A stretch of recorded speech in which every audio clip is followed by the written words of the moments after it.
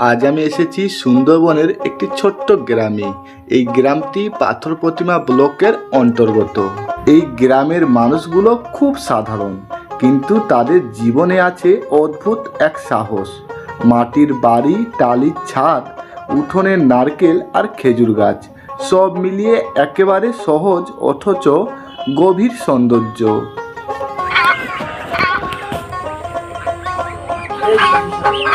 এই গ্রামের একটি বাড়িতে আসলাম, দেখলাম যে বাড়ির ঠিক সামনেই এখানে ধান ভাপানোর কাজ চলছে। দেখো, বড় একটা পাত্রের মধ্যেই ধান ভরে সেগুলোকে ভাপাচ্ছে। চাল করার একটা পদ্ধতি। প্রথমে এই ধানগুলোকে ভাপানোর পর একটা জায়গাতে দেখো এখানেতে ধানগুলোকে আবার রেখে দিচ্ছি।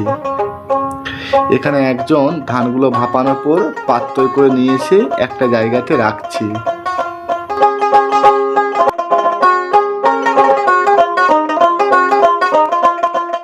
সেই ধানকে ভালোভাবে শুকানোর জন্য দেখো ছাদে নিয়ে এসছে।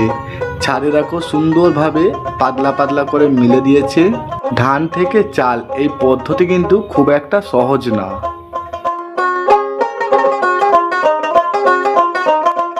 এবার আমি যাচ্ছি এই গ্রামের ধান কলে, যেখানে ধান থেকে চাল বার করা হয়।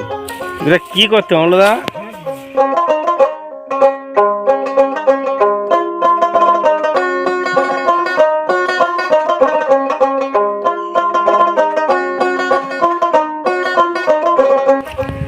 এইটা আমাদের কলঘর, এটা আমাদের কলঘর। এই আমার ভাগনা, এই যে ধান পেশাই করা হয়, ধান থেকে চাল বের করা।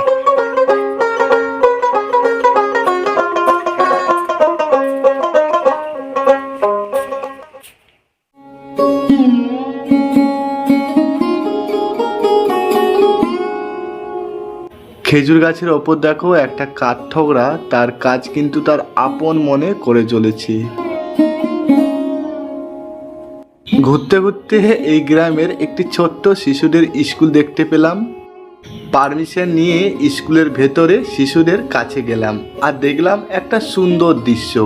পড়াশোনার পাশাপাশি সাংস্কৃতিক অনুষ্ঠানের যে চারা, সেই চারা এই শিশুদের মনের মধ্যে রোপণ করার চেষ্টা করছেন এখানকার দিদিমণি। আমরা এখানে যদি না আসতাম বা ভিতরে যদি প্রবেশ না করতাম, তাহলে হয়তো মিস করতাম এই গ্রামের আরও একটা সৌন্দর্য।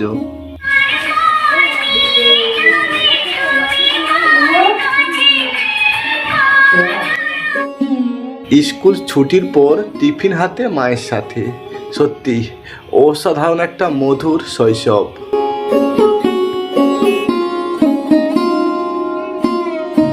সামনে দেখো আমার বাদিক করে একটা সুন্দর একটা এখানে কি আছে, এখানে আছে তোমার হাঁস। দেখো বাচ্চা বাচ্চা হাঁস, মানে এখানে হাঁস দেখো পালন করছে। গ্রামের পাশ দিকে বয়ে গেছে সুন্দর একটি ছোট্ট নদী। ও অসাধারণ একটা ভিউ, দেখো পাখিদের রাজত্ব চলছে যেন নদীর ওপরে। কি সুন্দর একটা ভিউ। আর নদীতে এখন কিন্তু অতটা জল নেই, কিন্তু এই যে পাখিদের মিলন মেলানা, সেটা আমার অসাধারণ লাগছে। এই শান্ত পরিবেশের মধ্যেও দূর থেকে যেন মানুষের কোলাহল ভেসে আসছে। তো চলো কাছে গিয়ে দেখি ব্যাপারটা কি।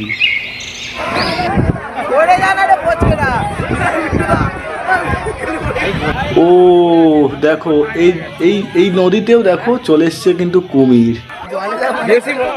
মানে বুঝতেই পারছো, শান্ত নদীর মধ্যেই রয়েছে ভয়ঙ্কর বিপদ।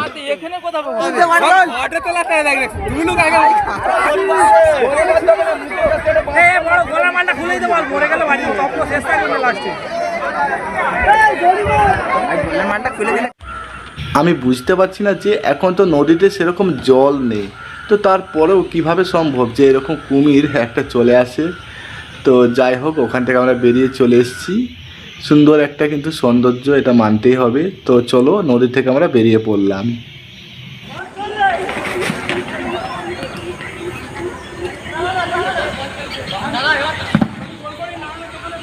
বিকালেতে দেখো গ্রামের ছেলেরা স্কুল মাঠে দেখো খেলাধুলা করছে। ওহ, গ্রামের ছেলেদের খালি পায়ে ছোট্ট মাঠের মধ্যে নিজেদের মধ্যে ভাগ করে যে একটা খেলা, সে তার থেকে মানে এই যে ইন্টারন্যাশনাল খেলা বলো বা অপোজিট টিমের মধ্যে যে খেলাগুলো হয় না টাউনে, তার থেকে এই গ্রামে কিন্তু একটা সুন্দর একটা খেলা রয়েছে, যেখানে তাদের নিজেদের অনেক নিয়ম থাকে।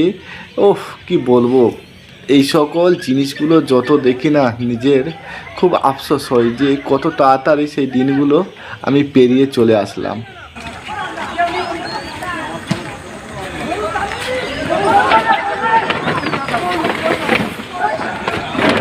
তো বন্ধুরা, কিছুক্ষণ পরেই সন্ধ্যা নামবে, অন্ধকার হয়ে আসবে, আমি তাই ভিডিওটা এখানে স্টপ করলাম।